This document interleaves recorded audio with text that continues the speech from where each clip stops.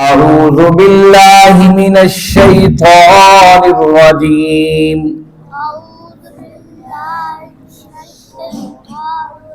بسم الله الرحمن الرحيم يعتذرون إليكم إذا رجعتم إليهم قل لا تعتذروا لن نؤمن لكم قد نبأنا الله من أخباركم وسيرى الله عملكم ورسوله ثم تردون إلى عالم الغيب والشهادة فينبئكم بما كنتم تعملون سيحلفون بالله لكم إذا انقلبتم إليهم لتعرضوا عنهم فأعرضوا عنهم إنهم رجس ومأواهم جهنم جزاء بما كانوا يكسبون يحلفون لكم لترضوا عنهم فإن ترضوا عنهم فإن الله لا يرضى عن القوم الفاسقين الأعراب أشد كفرا ونفاقا وأجدر ألا يعلموا حدود ما أنزل الله على رسوله والله عليم حكيم صدق اللہ. عزیز ساتھیوں، تمام حمد و ثنا، تعریف و توصیف اس رحیم و کریم رب کے لیے جس نے ہمیں توفیق بخشی کہ ہم اس کے 11ویں پارے سے آج کے سبق کا آغاز کر رہے ہیں. اس کے بعد لاکھوں کروڑوں درود و سلام اس نبی مہرباں پر جنہوں نے اللہ رب العزت سے حق کو پا کر ہم تک حق پہنچانے کا حق ادا کر. عزیز ساتھیوں، سورۃ توبہ ہے اور 11واں پارہ ہے. آپ جانتے ہیں کہ سورۃ توبہ 10ویں پارے سے شروع ہے اور ہم نے اس کی 93 آیات پڑھ لی. اور گزشتہ آیات بینات میں آپ کو یاد ہوگا کہ ہم یہ پڑھ اور سن رہے ہیں کہ اللہ کے نبی صلی اللہ علیہ وسلم غزوہ تبوک کے لیے نکل رہے ہیں. اہل ایمان پوری پرجوش ہیں اور آپ کے ساتھ روانگی کے لیے نہ صرف تیار ہیں بلکہ اپنے مال اور اسباب بھی لا کر بارگاہ رسالت میں رکھ رہے ہیں تاکہ اگر ہم جا رہے ہیں تو اور بھی کسی ساتھی کو وسائل کی ضرورت ہوگی ان کے لیے تمام اخراجات اکٹھے کر. تو اس میں وہ منافق ہیں جو الٹا ان کا مذاق اڑا رہے ہیں، نہ دینے کے کچھ ہیں نہ لینے کے لیے کچھ ہیں، الٹا مذاق اڑائے چلے جا رہے ہیں. ان کا تذکرہ ہم نے گزشتہ آیات میں پڑھ لیا تھا. یہاں سے کچھ اور منافقین کا تذکرہ چل رہا ہے. آئیے دیکھیے، فرمایا اعوذ باللہ من الشیطان الرجیم یعتذرون الیکم. یعتذرون یہ معذرتیں پیش کریں گے الیکم آپ کے سامنے، اذا رجعتم جب آپ لوٹ کے آئیں گے، الیہم ان کی طرف. قل اے میرے محبوب کہہ دیجئے لا تعتذروا تم عذر پیش نہ کرو، معذرتیں پیش نہ کرو، لن نؤمن لکم ہم میں تم پر کوئی اعتبار نہیں ہے، قد نبأنا اللہ یقیناً تحقیق ہمارے رب نے، اللہ نے ہمیں باخبر کر دیا ہے، من اخبارکم تمہاری خبروں سے، وَسَيَرَ اللَّهُ عَمَلَكُمْ ان قریب اللہ دیکھیں گے عملکم تمہارے اعمال ورسولہ اس کے رسول ثم تردون پھر لوٹائے جاؤ گے تم الی عالم الغیب والشہادت اس عالم غیب کی طرف اور اس شہادت اس گواہ کی طرف فینبئکم پس وہ تمہیں باخبر کر دے گا بما کنتم تعملون جو کچھ بھی تم دنیا میں عمل کرتے رہے۔ یہاں اللہ پہلے ہی بتا رہے ہیں جب واپس جائیں گے نا، کچھ لوگ تو تھے جو رخصتیں لے کر چلے گئے، جب کسی بندے کے اندر جھوٹ ہوتا ہے تو بار بار اس کا اظہار اور اپنی جو ہے وہ بہانے بناتا ہے، کسی طریقے سے میں اس سے اپنے آپ کو گزار لوں اور لوگوں پر اعتماد قائم کر لوں۔ اپنے بھی احساس تھا کہ ہم نے جھوٹ موٹ کی باتیں کی ہوئی ہیں اور بچنے کے لیے، اور ان کافروں نے منافقوں نے یہ تیاری کر لی تھی کہ یہ تو حضور تو بچنا ہی نہیں ہے، نعوذ باللہ استغفر اللہ نقل کفر نہ باشی، بچنا ہی نہیں ہے، اور بس ہم نے عبداللہ بن ابی کو اپنا سردار بنا دینا۔ تو اللہ فرمانے کہ میرے محبوب جب آپ کو زندہ سلامت ہی واپس آتے دیکھیں گے نا، پھر یہ اپنی غلطیوں کا احساس کریں گے، معذرتیں کریں گے، لن نؤمن لکم آپ ہرگز ان پر اعتبار نہ کیجیے گا۔ انہیں بتا دیں کہ اللہ نے نبأ اللہ من اخبارکم تمہاری خبروں سے، تمہاری منافقتوں سے مجھے باخبر کر دیا۔ اور ساتھ ہی فرمائے اگر تم چاہتے ہو کہ سیدھا درست راستے پر چلنا، وَسَيَّرَ اللَّهُ عَمَلَكُمْ اللہ اور اس کا رسول تمہارے اعمال کو دیکھے گا۔ آئندہ کیا تم لوگ پھر بھی جہاد کے لیے تیار ہوتے ہو؟ اسلامی ریاست کے مضبوط کرنے کے لیے اپنے جان اور مال کی پرواہ نہیں کرتے ہو؟ پھر تو ٹھیک ہے، لیکن اگر تم نے وہی آتے جو سابقہ اختیار کی تو پھر یاد رکھو تمہیں ایک ایسے رب کے پاس جانا، عالم الغیب والشہادہ، جو ساری غیب کے بارے میں جانتا، جو تم گھر میں کرتے ہو، باہر کرتے ہو، دل میں اٹھاتے ہو، جو باتیں کرتے ہو، وہ شہادت صرف یہی نہیں، وہ گواہ بھی ہے۔ کیونکہ اکثر کر اگلے دن ایک دن صاحب سوال کر رہے تھے کہ ہم نماز بعض لوگ ایک جگہ پڑھتے ہیں، پھر سنتیں پڑھنے کی جگہ کو بدلتے ہیں، تبدیل کرتے ہیں، کیوں کرتے ہیں؟ اللہ کے نبی صلی اللہ علیہ وسلم نے ارشاد فرمایا جس زمین پر تم جو عمل کرو گے اچھا یا برا، زمین گواہی لے کر آئے۔ اسی نوافل بدل کے اس لیے بدلتے ہیں، پڑھتے ہیں کہ اس زمین پر جس پر ہم کھڑے تھے فرض ادا کیا، دوسری جگہ سنت نفل پڑھ لیں تاکہ یہ زمین بھی ہماری نوافل پڑھنے کی گواہ بن جائے۔ لیکن یاد رکھیں صرف یہ مسجد کی زمین نہیں، باہر جب آپ سچ اور جھوٹ کا معاملہ کرتے ہو، جہاں آپ کسی جگہ پر ڈنڈے مارتے ہو یا کسی کی حمایت کرتے ہو، وہ بھی زمین کے اوپر کھڑے ہو کر کرتے ہو، قیامت والدن وہ زمین بھی گواہی دے گی کہ یہاں مجھ پر اس نے سچ بولا تھا، مجھ پر کھڑے ہو کر اس نے کسی کو دھوکہ اور منافقت کی باتیں کی تھی۔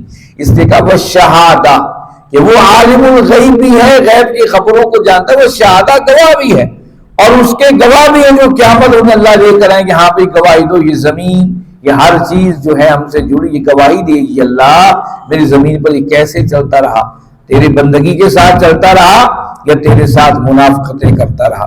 فَيُنَبِّئُكُم بِمَا كُنتُمْ تَعْمَلُونَ وہ ہر خبر تمہیں پہنچا دے گا، تمہارے معاملات کی خبر تمہیں دے دے گا۔ سَيَحْلِفُونَ بِاللَّهِ ان قریب یہ قسم کھائیں گے، باللہ اللہ کی، لکم تمہارے سامنے، اذن قلبتم جب تم پھر کر الیہم ان کی طرف آؤ گے، لتعرضوا عنہم تاکہ وہ تم سے صرف نظر کریں، فاعرضوا عنہم پس ان کو چھوڑ دو، ان سے اعراض کرو، انہم رجس یہ ناپاک ہیں، ومأواہم جہنم ان کا ٹھکانہ جہنم ہے، جزاء بما کانوا یکسبون یہ اس کا بدلہ ہے جو کچھ وہ کرتے رہے، جو کچھ وہ کماتے رہے۔ گویا کہ اس آیت نے بتا دیا اللہ اور اس کے رسول کی نافرمانی ناپاکی ہے، رجس وہ ناپاک جو اللہ اور اس کے رسول کے اطاعت نہیں کرتا ہے، نبی کے بات کو نہیں مانتا، اللہ کے نبی صلی اللہ علیہ وسلم قرآن کو ناپاک کہہ رہا ہے، رجس ناپاک، اور رجس کہتے ہیں گندگی کو، ناپاکی کو، جسم پہ لگ جائے جسم ناپاک، گندگی۔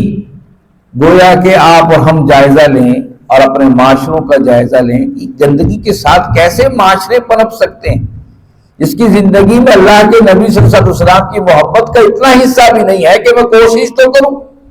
کمال دیکھیے قرآن نے ایک جگہ کہا واتقوا اللہ حق تقاتہ اللہ سے ڈرو جتنا ڈرنے کا حق ہے۔ صحابہ فرماتے ہم ہر کام میں ڈرتے تھے کہ اللہ کا حق ہم کیسے ادا کریں، یہاں تک کہ پھر اللہ نے ہمیں آیت اتاری واتقوا اللہ ما استطعتم اللہ سے ڈرو جتنی تم میں استطاعت ہے۔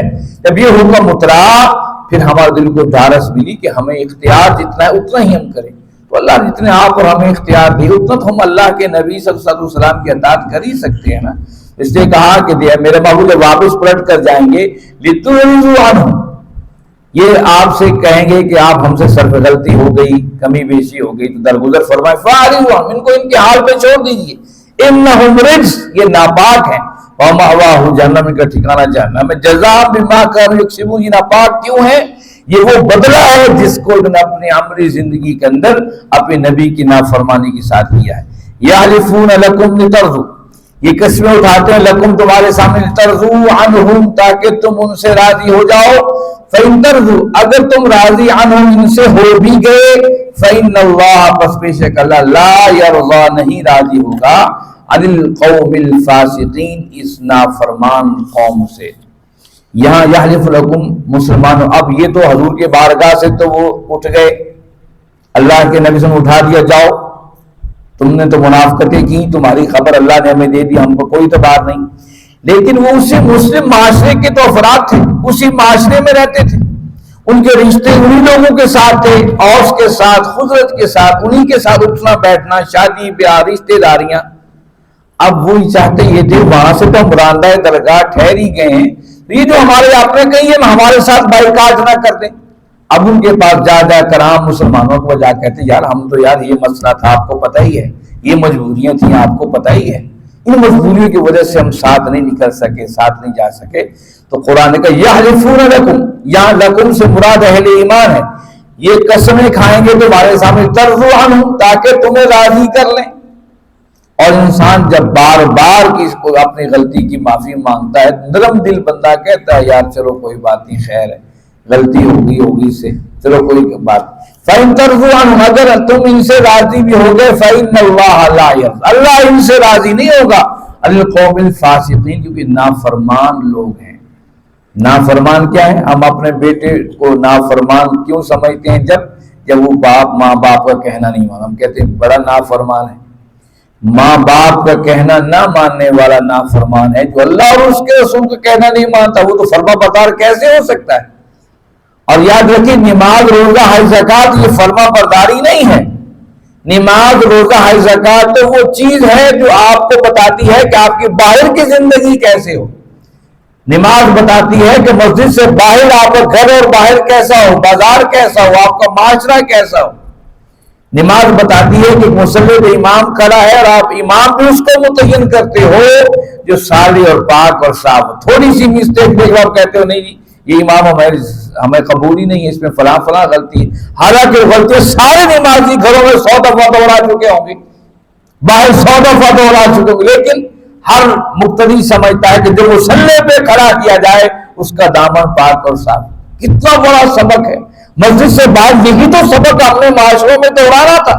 ہمیں معاشرے میں ایسے لوگوں کو منتخب کر کے اوپر پہنچانا تھا جن کے دامن پاک اور صاف ہوتے. لیکن ہم نے ان ظالموں کو مسجد کی چار دیواری میں ہمیں سارے احساس ہمارے جاگ جاتے ہیں. لیکن میں نے بتایا یہ صرف یہی مسجد نہیں، اللہ کے نبی صلی اللہ علیہ وسلم فرمایا الارض لی مسجد، پوری زمین کو اللہ نے میرے لیے مسجد بنا دیا ہے. یہ پوری زمین اللہ کی مسجد ہے تو اس مسجد کے نظام کو آپ دشمنوں اور کافروں پر، منافقوں پر چھوڑ دیں گے، فاسقوں پر چھوڑ دیں گے. مسجد کی چٹ مرلے کی مسجد کے اندر آپ بڑے مخلص امام کے ساتھ بھی اور اپنے نماز کے ساتھ بھی، لیکن باہر کی نماز کہاں جائے گی؟ جو نماز آپ نے اللہ کے ساتھ عہد کر کے کیا ہے، جو نماز آپ کی تجارت اور کاروبار کے اندر ہے کہ میں اپنے رب کے ساتھ وفاداری نبھاؤں گا، وہ کہاں ہے؟ یہی چیز ہے اللہ نے کہا کہ قوم الفاسق، اللہ راضی نہیں ہوتا فاسق نافرمان قوموں سے. اس لیے اپنی نافرمانی کو اللہ سے دعا کی، ہمیں اللہ بچائے.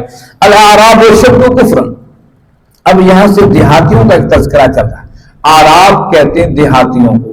اشد کفرا، کفر کے معاملے میں زیادہ سخت ہے، ونفاق، اور نفاق کے معاملے میں، واجدر اللہ یعلم حدودا، واجدر، اور جو ہے وہ انتہا پر پہنچے ہیں، اللہ یعلم، کہ وہ نہ جانے، حدود، ان حدود کو، ما انزل اللہ، جو اللہ نے نازل کی ہیں، علی رسول، اپنے رسول پر، واللہ علیم حکیم، اللہ جاننے اور حکمت والے. اس آیت کو سمجھنے سے پہلے آپ کو تھوڑا سا ان کا پس منظر پتہ ہونا چاہیے. دیہاتی جو لوگ تھے انہیں کوئی غرض نہیں تھی اسلامی اسٹیٹ سے، وہ تو بدو دیہاتی 100 سال سے لڑائی اور قتل و غارت کے اندر مصروف تھے. وہ تو طاقت کے سامنے سرنگو ہو جاتے تھے اور جہاں تھوڑی کمزوری ملی اٹھ کے کھڑے ہو جاتے تھے. اب انہیں دائیں بائیں کے بدو نے دیکھا کہ اسلامی ریاست مدینے میں قائم ہو گئی ہے, اس کے خلاف جو سر اٹھائے گا اس کا سر قلم کر دیا جائے گا. وہ اس ڈر سے مسلمان ہو گئے, اسلام قبول کر لیا. لیکن اسلام قبول کر لینے کے بعد وہ اس امید میں رہے یہ ہمیشہ سے بدو میں تھا, اس کے ساتھ رہے, کچھ مال پانی بھی ملتا رہے. لیکن یہاں تو الٹا کہا گیا کہ جو تمہارا جو ٹیکس ہے, جو تم دیتے ہو, جو زکوٰۃ ہے, وہ ادا کرو اور اللہ کے راستے میں خرچ کرو. اب دینا اور خرچ کرنا بڑا مشکل تھا. وہ تو لوٹنے اور پیسہ کمانے اور چھیننے کے چکروں میں تھے. اسلامی ریاست کے ساتھ وفاداریاں عمومی طور پر اس لیے تھی کوئی مال غنیمت ہاتھ آئے گا, پیسہ آئے گا, وسائل آئیں گے تو ہم بھی خوشحال ہو جائیں گے. لیکن یہاں تو الٹا سسٹم تھا, یہاں تو زکوٰۃ بھی دینی پڑ رہی تھی, یا صدقات بھی دینے پڑ رہے تھے, یا تو اپنے پلے سے خرچ کرنا پڑ رہا تھا. یہ بڑا مشکل کام تھا اور پھر لڑنا پڑ رہا تھا جس کے لڑائی کا ان کو کوئی فائدہ نہیں تھا. رومن امپائر کہاں ہے, یہاں سے کئی میل, سینکڑوں میل دور, اس سے کیسے جا کے لڑیں. تو عرابی بھی دیہاتی بھی چھٹی لے کر رخصت لے کر گھروں کو اکثر جا چکے تھے. یا اللہ نے ذکر کہتے شہری اہل مدینہ, شہری اہل ایمان کا تذکرہ کیا, وہاں دیہاتیوں کے بارے میں بات کی. الاعراب, یہ دیہاتی شد کفر, زیادہ سخت ہیں کفر کے معاملے میں, و نفاق اور منافقت کے معاملے. واحدر, یہ زیادہ حقدار ہیں کہ اللہ یعلم, کہ یہ نہ جانے حدود کو ما انزل اللہ علی رسول, جو اللہ نے نازل کیا اپنے رسول. اب حدود اور احکامات تو مدینے میں اتر رہے تھے, انہیں کوئی غرض ہی نہیں تھی. کوئی آ گیا تو ٹھیک ہے, بات پلے پڑ گئی, نہیں تو کہتے چلو بھائی آپ ہی نبیڑے جاؤ. اللہ کے حدود احکامات تو سنتے ہی نہیں تھے, اپنی مرضی کی زندگی گزار رہے. تو اللہ نے فرمایا ان کی شدت منافقت و کفر اس وجہ سے ہے کہ دین کو جانتے تک نہیں, سمجھتے تک نہیں. حق یہ تھا اس کا باقی لوگ دین کو سمجھ رہے تھے, یہ بھی دیہاتی آ کر دین کو سمجھتے, لیکن یہ اپنے ماضی کو اس نظریوں پر قائم رہے. اور اس کا معاملہ اس وقت زیادہ واضح طور پہ آیا جب ابو بکر صدیق رضی اللہ تعالیٰ عنہ حکمران بنے, اور آپ نے جب کہا کہ زکوٰۃ دو, بہت سے قبائل نے زکوٰۃ دینے سے انکار کر دیا. عرب کے دیہاتی جو قبائل تھے انکار کر دیا. یہ اسی لیے اللہ نے بتایا کہ ان کا حق تھا کہ زکوٰۃ کا مفہوم کو سمجھتے.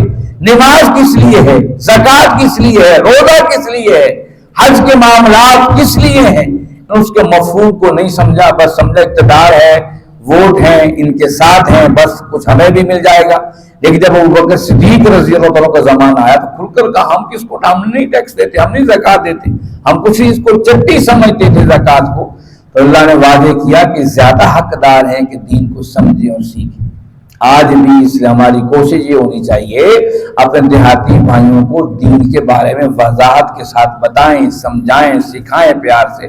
واللہ علیم حکیم, اللہ جاننے والے اور حکمت والے ہیں. یہ اللہ کی حکمتیں ہیں. شہری لوگ جلدی سے بات کو سمجھ جاتے ہیں, دیہاتی لوگ بہت بعد میں سمجھتے ہیں. یہ بھی اللہ کی بڑی حکمتیں ہیں, اور اس کی حکمت کا اندازہ کیا زبردست لگا جس وقت تاریخ کی کسی موڑ پر کسی جگہ ہم نے پڑھا تھا, کسی جگہ پر کہ ضیاء صاحب کے زمانے میں جب انڈیا اور پاکستان کے بارڈر پر فوجیاں اکٹھی ہو گئیں اور انڈیا چاہتا تھا پاکستان پر حملہ کرنا, تو ضیاء صاحب انڈیا پہنچ گئے اچانک, اور وہاں کی حکمران اندرا گاندھی سے کہا کہ دیکھو بات یہ ہے کہ یہ لڑائی وغیرہ اچھی بات نہیں ہے. اس نے کہیں کہا کہ ہمارے پاس وہ قوم ہے جو 12 بجے دماغ ان کا ختم ہو جاتا ہے, ہم تو ایسے لوگوں سے لڑیں گے. جواب میں ضیاء صاحب نے کہا وہ 12 بجے ختم ہوتا ہے, ہمارا تو ایسے لوگ 24 گھنٹے دماغ نہیں ہوتا ان کا, پھر تم کس سے لڑو گے. تو ایسے آپ جائیے قبائل افغانستان کے اندر علاقوں میں, انہیں کچھ نہیں غرض کیا ہے, انہیں اسلام کا پتہ ہے, اسلام ہے, انہیں اسلام کی حدود کے قیود کا پتہ بھی نہیں, بس اسلام ہے, لڑ مرو کٹ مرو. شاید کہ علیم الحکیم, وہ جانتا ہے, حکمت والا ہے. کہ یہ شہری لوگ سوچتے رہے کسی وکیل کی اور کسی جج کی لڑائی ہو گئی نا, تو وکیل نے سوچا اب لڑنے کے لیے تیار تھے, لڑنے کے لیے حالت, وکیل نے سوچا سر میں ڈنڈا ماروں گا تو یہ قانون لگے گا, بازو پہ مارا تو یہ قانون لگے گا, ٹانگ پہ مارا تو یہ قانون لگے گا. وہ سوچتا وکیل آ رہا تھا, جج کے ہاتھ میں پھاوڑا تھا, جب سامنے دے کے سر میں مارا وکیل ڈھیر ہو گیا. تو کہنے کی بات یہ کہ بعض ایسے افراد بھی اسلام کو چاہیے ہیں, اس لیے کہ ان اللہ علیم الحکیم, وہ جاننے والا بھی حکمت والا بھی ہے, ایسے افراد بھی اللہ کو اسلام میں چاہیے ہیں، اور ایسے افراد بھی چاہیے دین کو سمجھنے اور سیکھنے والے ہوں۔ بہتر یہ ہے کہ بات سیکھ اور سمجھ کر اس کو اپنے عملی زندگی میں اتاریں، اور بعض لوگ ایسے ہی ہیں اللہ ان کی طاقت اور قوت کو بھی اللہ سمیٹ کر اسلام کے جھنڈے کے نیچے کر دے گا۔ جب یہ اندلس کے اندر مسلمان کمزور ہو گئے 400 سال کے بعد، اور یہ اندلس میں جب اسلامی حکومت مسلمانوں کمزور ہوگی تو بربر اٹھے تھے افریقہ سے، بربر وہ قوم تھی جس کو لوگ سمجھتے تھے افریقہ کے اجٹ اور گنوار اور جاہل لوگ ہیں، لیکن بربر لوگوں نے اندلس کے حکمرانوں کا ساتھ دیا اسلام قبول کر لینے کے بعد، اور انہیں وہاں پر دوبارہ اسلامی اسٹیٹ قائم کر دی۔ یہ طارق بن زیاد کا یہ سارا معاملہ یہ ماضی کے اندر دیکھیے، یہ سب یہ بربری قبائل سے تعلق رکھتے تھے۔ موسیٰ بن نصیر ان کی تاریخ گواہ ہے کہ جس کو حق سمجھ لیا پھر کٹ پڑے اس کے اوپر۔ اس لیے اللہ نے کہا ان اللہ علیم حکیم، وہ اس کے بارے میں جانتا ہے، بڑی حکمتوں والا ہے۔ اس لیے میرے بھائیو دین کو سمجھیے، سیکھیے، اپنے عمل میں لے کر آئیے، پھر انشاءاللہ یہ خیر اور برکتیں اللہ ہمارے دامن میں سمیٹ دیں گے۔ اللہ رب العزت سے دعا ہے اللہ رب العزت آپ اور ہم سب کو سمجھنے اور اس پر عمل کرنے کی توفیق عطا فرمائیں۔